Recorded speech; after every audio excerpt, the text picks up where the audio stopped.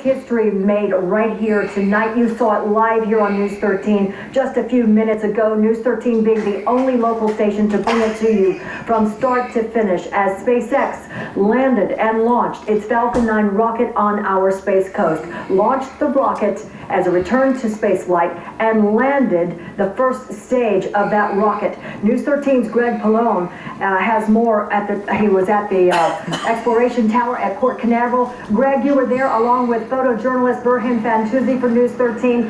Tell us what it was like watching this astonishing evening unfold. Marla, you've been out in the field many, many times working with excellent partners, excellent photographers. We high-fived after this one. It was incredible. Amazing to see something like this. This is something that the space journals will show a full chapter of this in the not-too-distant future. This is something school children will certainly discuss in their science classes. Just an amazing thing that was pulled off tonight. Something that is a precursor of what we will see with commercial space flight. WDAN Space News is lighting up a victory cigar right now here. Amazing experience to see something like this. You know, we had seen it earlier in the year when SpaceX attempted to land the first stage booster on the barge out about 300 miles off the coast during those two missions. We saw the video of it. It was spectacular. What was more spectacular is what we saw tonight, a success. Yeah. Absolutely incredible. We're going to get a little remedial on you right now, but essentially this pin is the first stage booster launching into the sky along with the other part of the Falcon 9 rocket carrying the satellite for Orbcom. Turns around, comes back after it with the first stage separation happened above the skies here of Cape Canaveral and Port Canaveral. The booster came down. It had fins on it, and it came down in the controlled way, but it came down this way, vertical. That's what they wanted it to do. It came down vertical.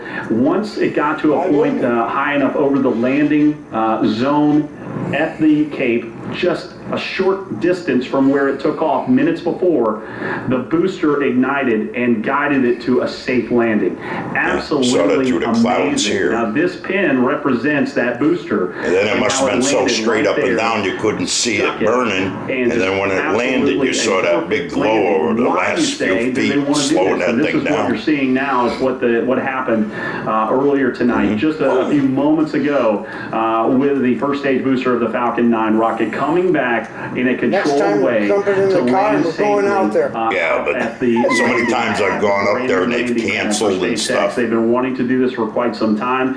They obviously learned from their errors that they made earlier in the year, but to have the guts to do this to begin with really shows you something. And to hear the twin sonic booms, just like right there, that's what I picked up with the camera there before it shut down. Amazing. That glow here in so long. And also, when you look at the video, you see that booster ignite and how it comes through the night sky.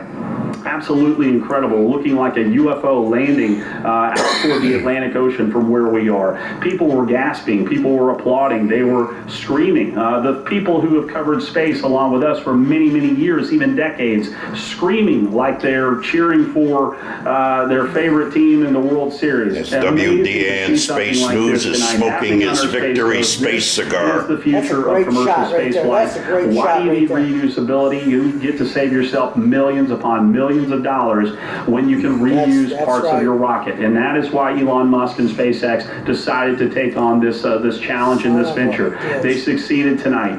The one night we should have went up there. Our crew in Orlando did a wonderful job. But I said, nah, I've seen this shit 1,000 times before. Just an incredible experience. I mean, you know, goosebumps coming to us out here. For Hen and I getting goosebumps. It was actually sprinkling rain when I was out there. We know we'll remember this day for a long, long time.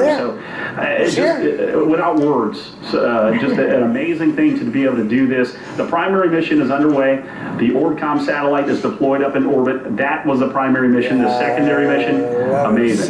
Just amazing that they can land this booster on land, get it back to the pad, refurbish it, and you let it launch again. That's exactly what they wanted to do. And this is something we're going to see for many, many, many years to come. Well, thank you, News 13's Greg Pallone and photojournalist Burhan Fantuzzi for being our eyes and ears out there and bringing it to our audience at home right here on News 13, the only local station to have provided this from start to finish. Thank you, guys. We will be talking to you again just a little bit later. Right now, WDAN Space News failed you by not going up there and covering it in person, but hey, for that historic moment. I gotta go over the video and see what we got. It came out pretty good anyhow. WDAN Space News signing off from the sunny Space Coast.